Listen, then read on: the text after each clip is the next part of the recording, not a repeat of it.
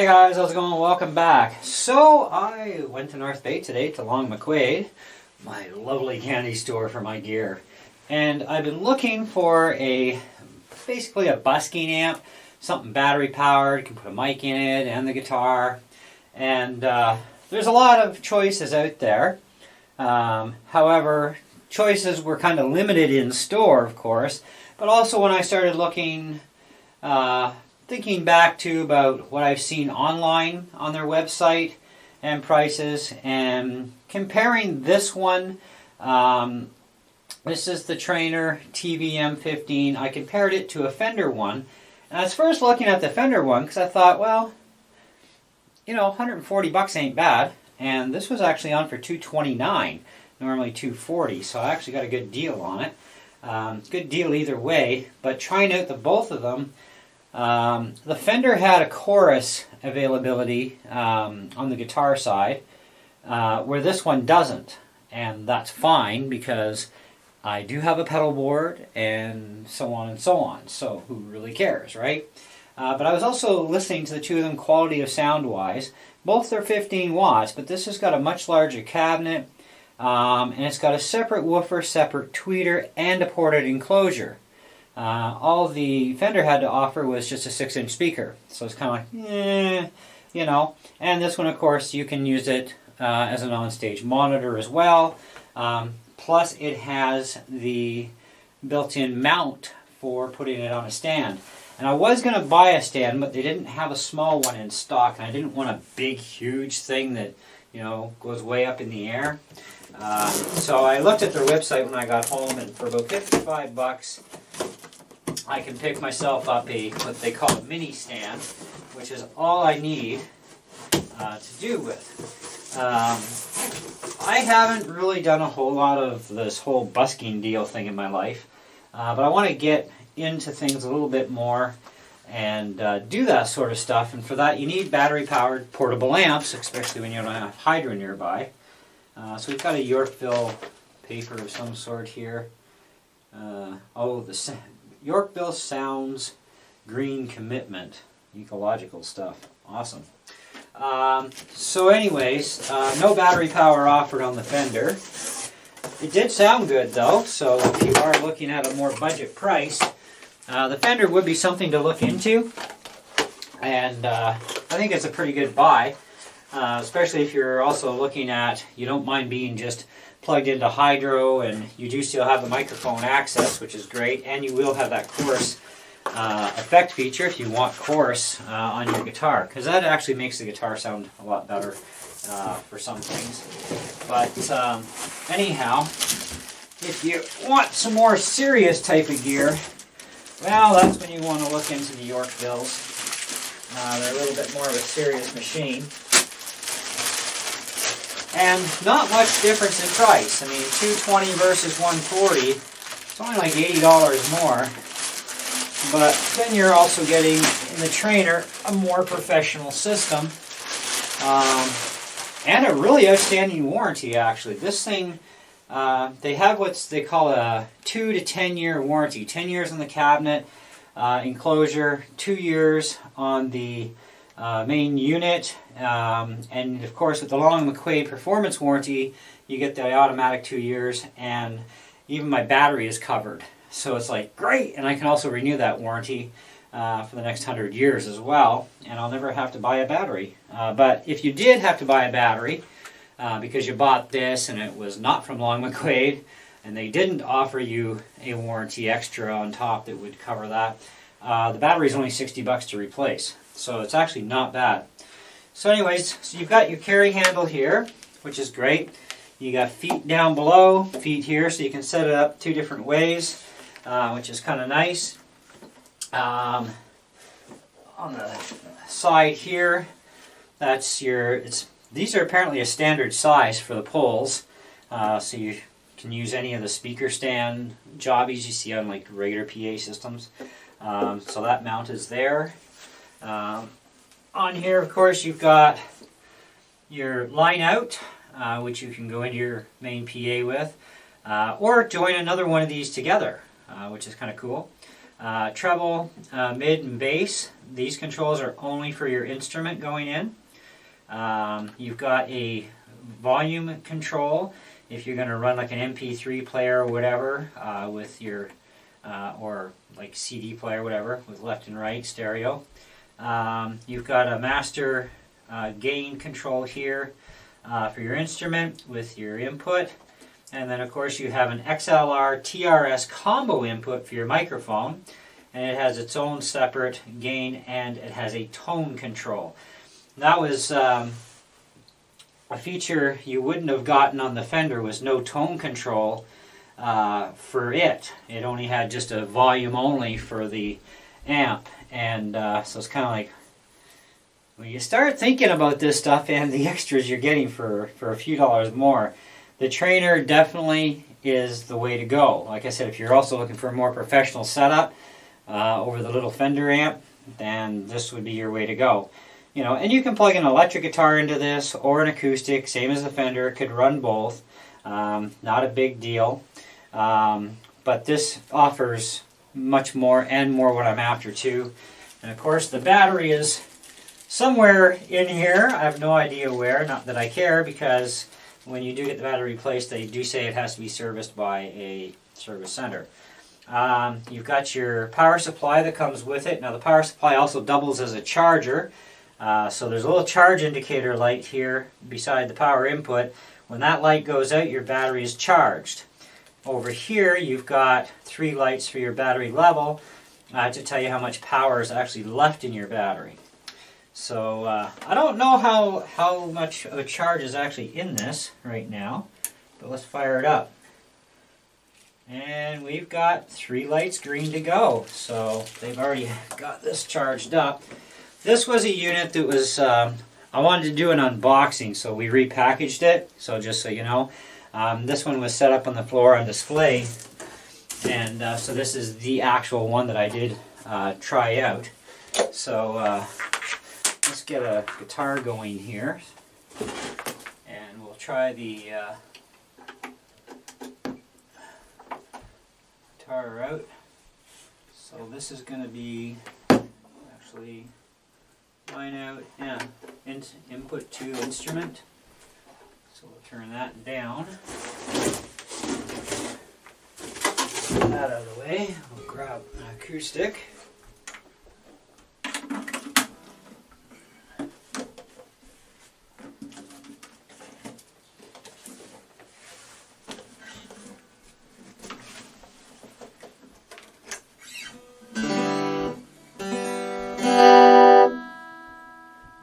Turn that up very much. Oh, that's my preamp's jacked, that's why. So turn the preamp to half, and we'll put bass and treble on my preamp right to the middle.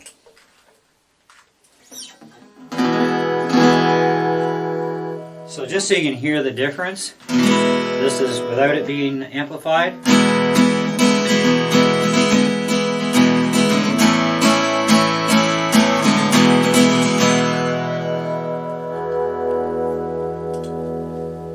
That's about 10 o'clock on the dial.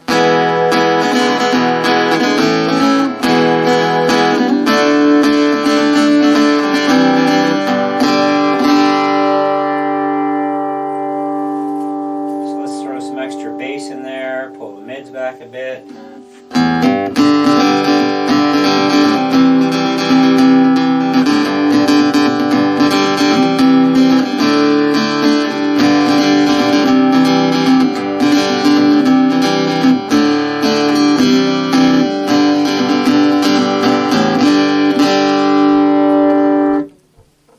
That's actually pretty spunky. I like that. Okay, so of course we need a microphone here, and let's see what kind of action we get out of a mic. I do believe I should have a spare cable here somewhere.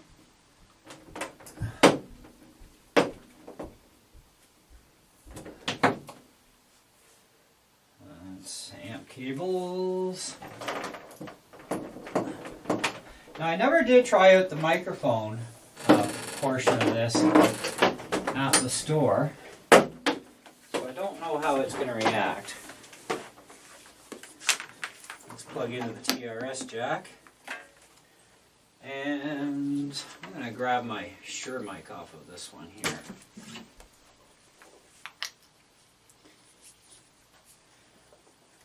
Check, check, check, check, check, check, check, check, check, check, check. Okay. Check, check, check. Check, check, check, check, check, check, check. It wasn't clicked in place all the way. Testing 1, 2, 3. Check, check, check, check, check, check. Check, check. Hello, hello, hello, hello, hello, hello, hello, hello, hello, hello, hello, hello, hello. So there's a good amount of tone control there. 1, 2, 3. 1, 2, 1, 2, 3, 1, 2. 1, 2, 3, 1, 2, 1, 2, 1, 2, 1, 2, 1, 2. So the guitar is definitely totally independent. So I'm going to quickly grab a mic stand. And let's see how it works with the guitar and vocal mix here.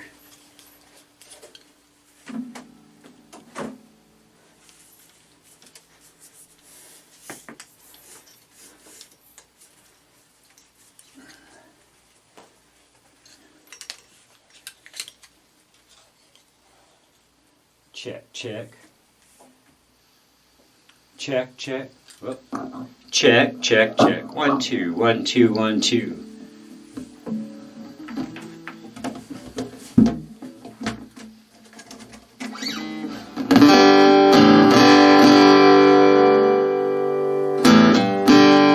One, two, 1, 2. All creation cries out for a Savior. All creation. Whoops, sorry. All creation cries out for a Savior. All creation cries out. All creation cries out for a Savior. All creation cries out. Break the chains and let us be free. So that's not bad. It goes over top really nice. Now I've got the mic cranked at 3 o'clock and the tone is in the middle. So let's bring the tone back a bit and we'll bring the guitar down a little bit. All creation cries out for a Savior. All creation cries out. All creation cries out for a Savior. All creation cries out. Break the chains and let us be free. Break the chains and let us be free. That actually works quite well. A better quality mic that's more sensitive for input. This is a PGA 48, but I do have a wireless mic where I can actually preamp the signal in a little bit more, which means I won't have to drive the volume up so high on the mic side, but that actually works quite nice. So mixing the mic with the guitar, it does come through really well. So that's pretty impressive, because like I said, at the store I didn't get a chance to try out a microphone, because I just didn't want to put them through the hassle. I mean, they would have done it for me, but you know, I didn't want to put them through the hassle of that, because I figured, well, hey, mic input, and it's going to work, and of course it does, you know, and it works rather well.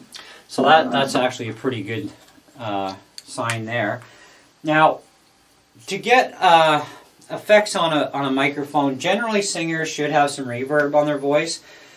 I do have the Boss VE2 vocal harmonist pedal, which I can go harmony or no harmony. I can do voice pitch correction with it, so that it also follows whatever key I'm playing in. It actually forces your voice on pitch with the key you're in, which is great. And I have the reverb or reverb delay or straight delay effect I can put on all the vocal lines. And it's battery powered as well, so I can actually use it with this. And it has preamp push in it as well, so I can just use a standard mic if I'm out, you know, like out I don't know, somewhere in town busking or whatever, I can be completely independent with this setup. If I want more punch, then I can always use my wireless, but then I don't have a battery for the transmit or for the receiver box for the wireless. I only have batteries in the mic itself, right? So, but it does have a preamp boost in the Boss VE2, so I can get a lot more kick out of this, which I will do a video on for you guys, probably, I don't know, a couple days or something. I want to dial this thing in with my voice pedal, and we'll actually do a live test using the voice pedal, and also showing you how much more boost we can get out of the mic. But like I said, the mic there, that was on, it's about 3 o'clock on the dial, so it's up pretty high. And it could use a little bit more boost, so I can haul it back a bit, and that's where the VE2 pedal is going to actually come in really handy for that part. But what I will tell you right now is for 229, you know, normally 240, saved a few bucks, and you're saving taxes too. And of course, we are talking Canadian prices, and Long & McQuaid is a Canadian company. But I think, to be honest, it's worth every penny. And I am going to pick up the stand. I found a mini one, so it's like 54 bucks on their website, so it'll have to be ordered in. But as soon as I get the money for that, then I'll have a stand for this thing. And that'll work out even better as well. This past year we did the Christmas of Lights in Powassan dealie.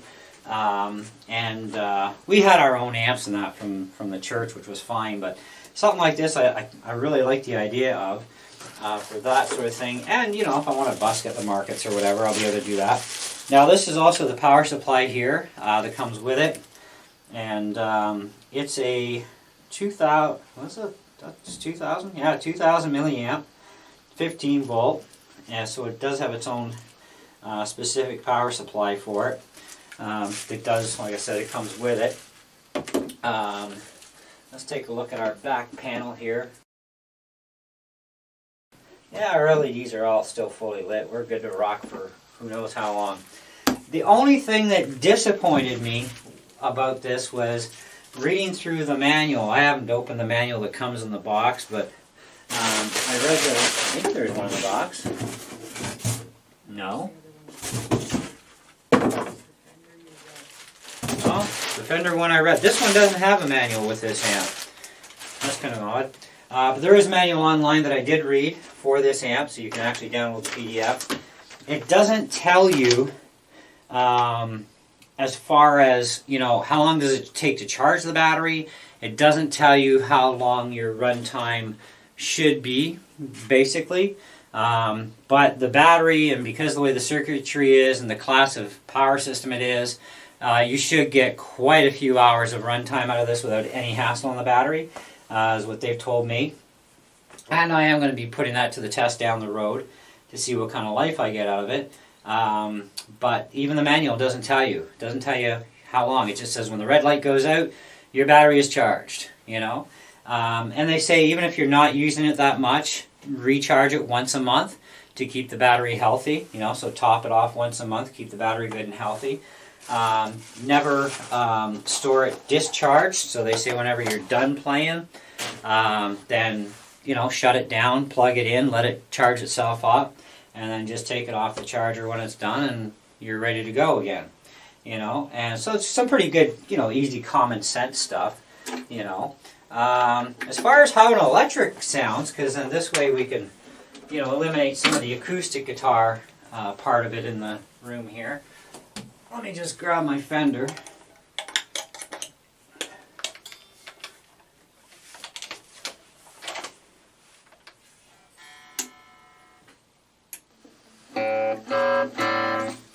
I haven't even touched the volume setting for the guitar.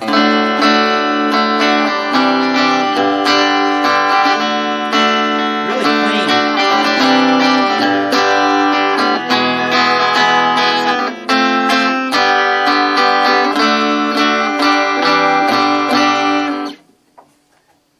So let's bring that up about half.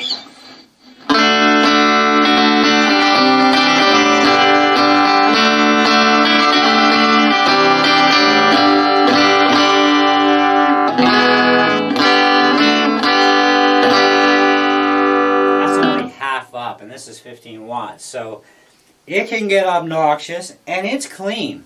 I did crank it up a bit in the store, and I was playing on Taylor 314, and it's really good actually. I found that the best setting for the Taylor was leave the preamp at half, and then you can really give her some serious snot, and it still stays really clean. If you bring your preamp past, say, past 1 o'clock, and you're cranking it up, you're going to get some breakup on your acoustic for sure. So you'll learn how to dial things in and keep everything still really clean, which is not a big deal. So anyway, so that's what I've got here for you. It's a great amp, great deal, sounds great. That was the first test with an electric guitar, and it's still great. You can add your effects through this as well. So if you do have effects, plug your effects board in, or your pedals, whatever you happen to have for effects, and do all that jazz with it. So use it like as a normal amp in some aspects. But if you want to do busking, you're battery powered, and you've got mic and guitar access in one package for like a very minimal cost, really. I was looking at Voxes and Rolands as well, and they can be a little bit more money. And I've heard them myself, and they're pretty decent amps. I'm not going to knock them.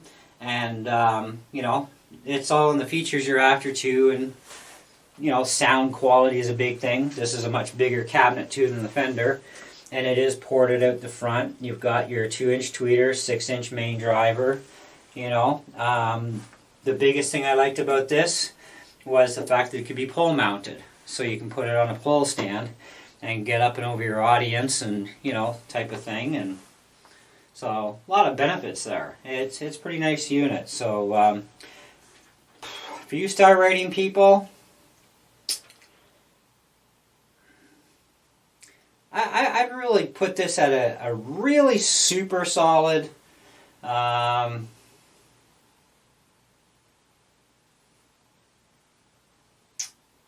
well, I'd say solid 4 out of 5. Reason being is with the manual, they don't tell you the charge time. They don't tell you how long it'll last.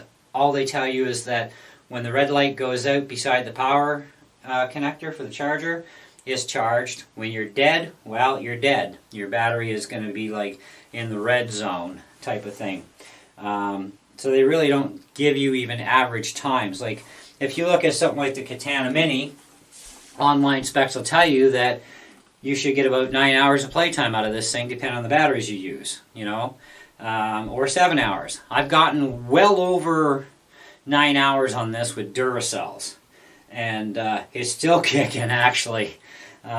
Same batteries are actually in it, and it's still going. So it's been well over 9 hours already, and with these batteries, and it's just still going. So that's crazy. So it actually works a little bit above specs, but it depends on how hard you're driving the amp too, and so on, how fast that battery is going to get drained. But that's where I'm at on it. So the manual's kind of a little strange on that, but otherwise, I mean, nothing's perfect in life, which is the way it goes. But those are the only things I can say bad about it, to be honest. It sounds great acoustic or electric. The mic is good, although I think they could have had a little bit more punch in the mic, but on the other side of the fence, we are talking about a Shure PGA 48, and the output of this mic is not going to be the same as, say, like an SM57, or other mics that may have a little bit more output to them. PGA 40 mics are not expensive. I think I paid like about $50-some a piece for these, Canadian. And they're awesome vocal mics. I like them. But you do have to turn the master gains up if you've got them on a board, of course, quite a bit, because they're not powered mics, right? But I do have the wireless one, and like I said, my VE2, we'll try it out on another video, because it has a pre-section to really super boost up even one of these regular PGA 48 mics, and that'll give us a lot more output as well through here, without having to turn it up so much, which will give us even more climb. Because you still want your vocals to always be over top of your guitar, right? That's very important so that people can hear what you're singing and hear what you're playing at the same time. So especially in larger areas. Anyways, that's what I got. So thanks for watching, guys, and I hope you enjoyed the video. And do take a look at this. Take a look at the Fenders. Take a look at the Voxes and the Rolands, and figure out what your needs really are and what you want for features, and what you can do without for features, and compensate with your equipment that you already have to add in.